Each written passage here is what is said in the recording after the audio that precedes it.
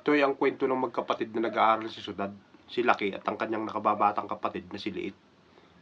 Noong mga taong dekada 90, di pa uso ang cellphone. Uso lamang noon ay sulat-sulat lamang. Isang araw, naubusan sila ng budget kaya naisipan ni Laki na sumulat doon sa tatay nila. Ang nakalagay sa sulat, "Dear tatay, padalan mo kami ng isang sakong bigas, 2 dosenang itlog kasi wala na akong pera. Ang inyong anak, Laki." Ngayon, inutusan ni Laki, yung kapatid niyang si Liit, na idala yung sulat dun sa tatay nila. Sa pagmamadali ni Liit, nadapa siya ngayon. Nagkanda punit-punit yung sulat.